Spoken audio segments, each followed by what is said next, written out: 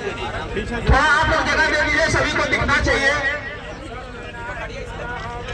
उद्घाटन के समय आप लोग तालियों से माननीय मंत्री जी का सम्मान करेंगे। माननीय मंत्री जी का आप लोग सम्मान करेंगे तालियों से।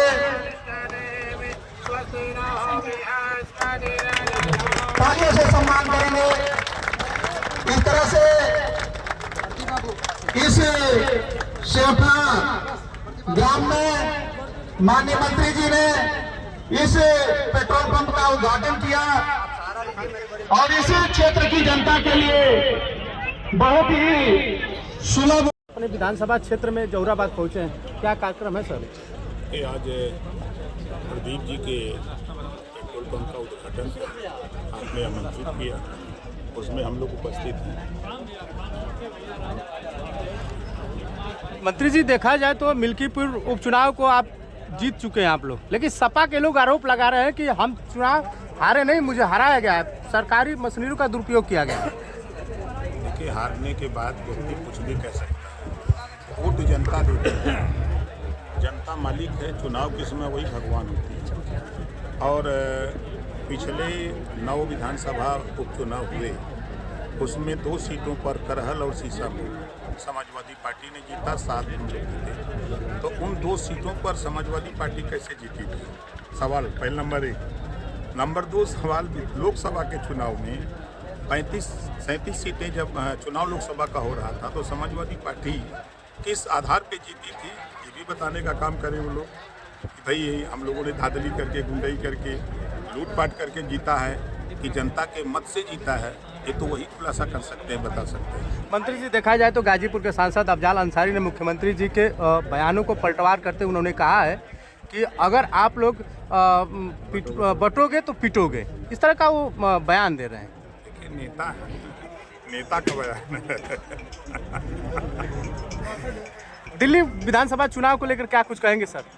देखिए, देश में मोदी जी की जो विकास की योजनाएं हैं, उन योजनाओं से देश की जनता पर भरोसा और विश्वास करती है मोदी जी पर। चाहे वो आयुष्मान कार्ड हो, चाहे किसान सम्मान निधि की बात हो, चाहे बैंकों में खाता जो खुला, पहले हम ही आप बैंक में खाता खुलवाने के लिए सोर्स बढ़ाते थे। यही गैस सिलेंडर लेने के लिए हम लोग बहुत मेहनत की लाइन लगती थी, तब हो पाता था। तो योजनाएं जो बन रही हैं, उस गरीब को जिसको राशन मिल रहा है, दोनों टाइम खा रहा है, तो मोदी जी को देखा कि दूसरे।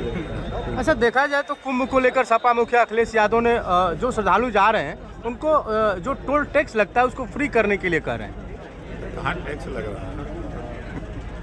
आप गाड़ी चलाएंगे सड़क पर, आप पहले देखिए, पहले जो दूरी 6 घंटे में तय होती थी, ऐसे हम गाजीपुर से अगर हम बलिया लखनऊ जाते थे तो हम लोगों को दूरी 5 घंटे 6 घंटे लगते थे। आज हम 3 घंटे में लखनऊ जा रहे हैं। 3 घंटे का समय आपका बच रहा है, 3 घंटे में आमदनी करेंगे तो टोल टैक्स देने में क्या दिक्कत है? मंत्री जी, आप घरौनी का बात किए हैं और घरौनी की स्थिति यह है कि इनका छप्पर उनके जमीन में और उनकी जमीन उनके खाते में हो गई, इसके लिए क्या समाधान है? उसमें भी आप कंप्लेंट करिए, उसका सुधार भी करने की व्यवस्था उसमें है। धन्यवाद। साथियों, मैं आपसे फिर कहना चाहता हूँ कि ये नोट का लेना साथी ओम प्रकाश राजभर की मंशा मंत्री विधायक बनकर के रुपया कमाना नहीं है। रुपया कमाना होता तो बगल की विधानसभाओं में झांक के देख लो, 50 से 60% फंड लोग विभिन्न संस्थाओं को देकर के 40 से 45% कमीशन लेते हैं। ओम प्रकाश राजभर चुनौती देता है इन जौहराबाद की धरती पर एक भी संस्था को नहीं दिया, एक भी पैसा किसी संस्था को नहीं दिया हो। और हमारी कोशिश होती है कि 100 मीटर, 200 मीटर, 300 मीटर, 400 मीटर जो लिंक मार्ग में नहीं जुटा उसको जोड़ने का।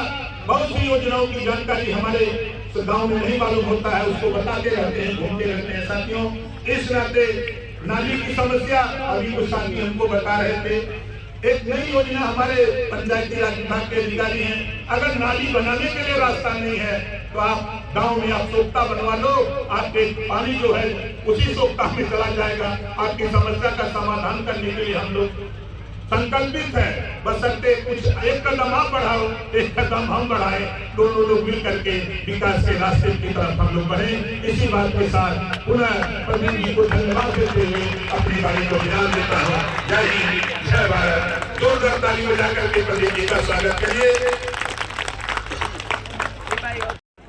जौनपुर के एक गांव है जीतापुर उसराव, जी सास और पतोह दोनों की डेथ हो गई थी उसमें।